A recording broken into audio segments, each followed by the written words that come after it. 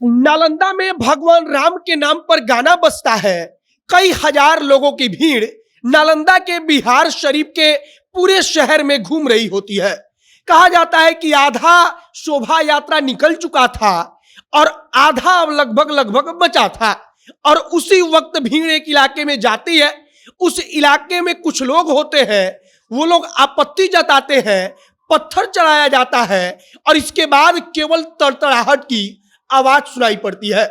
तड़तड़ाहट की आवाज का मतलब कि उधर से फायरिंग होने लगती है, भीड़ इधर उधर भागने लगती है और इसके बाद यह खबर आग की तरफ फैलती है और इसके बाद फिर जो एक पक्ष है वो पलटवार करता है और इसके बाद देखते ही देखते नालंदा के बिहार शरीफ में आप कहिए कि तांडव शुरू होता है। वहां पर लगभग दर्जनों मोटरसाइकिलें जो खड़ी थी उनमें आग लगा दी जाती है, जमकर पत्थरबाजी होती है, कई लोग घायल हो जाते हैं। अब यह नालंदा के बिहार शरीफ की एकमात्र घटना नहीं है, बल्कि गया में खबर आ रही है कि फोर्स तैनात किया जा चुका है। वहां पर फोर्स की तैनाती हो गई है क्योंकि वहां पर भी पत्थरबाजी हुई है रामनवमी के शोभा यात्रा पर। तीसरा, सासाराम की स्थिति इतनी खराब है, वहां पर इंटरनेट बंद है और जो अमित शाह देश के गृह मंत्री हैं, उनका कल प्रस्तावित कार्यक्रम था, वो कार्यक्रम रद्द हो चुका है। आगे एक एक करके सब कुछ बताएंगे कि रामनवमी शोभा यात्रा में क्या कुछ हुआ, नालंदा के बिहार शरीफ की क्या कहानी निकलकर सामने आई है। बाकी हमारा नाम मोहित कुमार सिंह है और आप जनता जंक्शन देख रहे हैं। नालंदा के बिहार शरीफ में विश्व हिंदू परिषद और कहा जाता है कि बजरंग दल की तरफ से शोभा यात्रा बुलाया गया था। रामनवमी के लिए शोभा यात्रा निकल रहा था, तमाम पूरे देश में इस प्रकार के शोभा यात्रा निकाले जा रहे थे। ऐसे ही बिहार शरीफ में भी शोभा यात्रा निकला। देखते ही देखते कहा गया कि वहां पर कई हजार लोगों की भीड़ इकट्ठा हो गई, मतलब कि कई हजार लोग उस शोभा यात्रा में शामिल हो गए। लोग शोभा यात्रा के पीछे पीछे चल रहे थे। अचानक शोभा यात्रा एक जगह पर जाती है, वहां पर एक पक्ष पहले से खड़ा होता है जो भारी भीड़ की संख्या में होता है। वहां पर एक पक्ष कहता है कि तुम लोग कब्रिस्तान के ऊपर चढ़ रहे हो और यह ठीक नहीं है, और इसके बाद से वहां पर पत्थरबाजी शुरू कर दी जाती है। अब जब पत्थरबाजी होती है तो भीड़ तितर बितर होती है, शोभा यात्रा में शामिल तमाम लोग इधर उधर भागने लगते हैं, वहां पर भगदड़ जैसी स्थिति मचती है। उसी शोभा यात्रा में शामिल कुछ लोग पलटवार करते हैं, वो भी पत्थर चलाते हैं और इसके बाद सबको सुनाई पड़ता है कि गोलियों की आवाज आ रही है। देखते ही देखते कई लोग जमीन पर गिर पड़ते हैं, कई लोगों को गोलियां लग गई थी।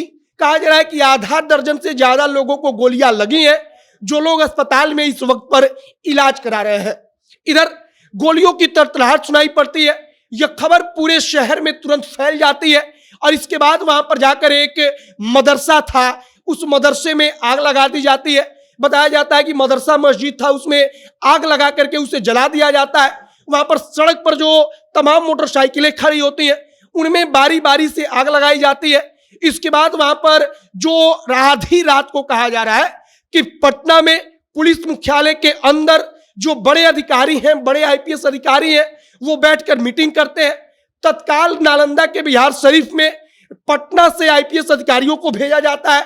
वहां पर मामले को कंट्रोल में करने के लिए इंटरनेट बंद कर दिया जाता है, धारा 144 लागू होती है और इधर नालंदा में यह सब कुछ होता है।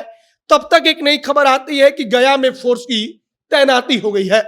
कहा जा रहा है कि गया में भी हिंसा होती है, वहां पर पत्थरबाजी हुई, शोभा यात्रा निकल रही थी तो एक पक्ष ने आपत्ति जताई, इसके बाद पत्थर चलाया और उसके बाद वहां पर चारों तरफ फोर्स की तैनाती हुई है। सासाराम का हम अपडेट दें तो देश के गृह मंत्री अमित शाह को वहां पर जाना था। अमित शाह का वहां पर कार्यक्रम पहले से तय था। अमित शाह के कार्यक्रम को लेकर वहां पर पहले से सुरक्षा एजेंसियां सतर्क थीं।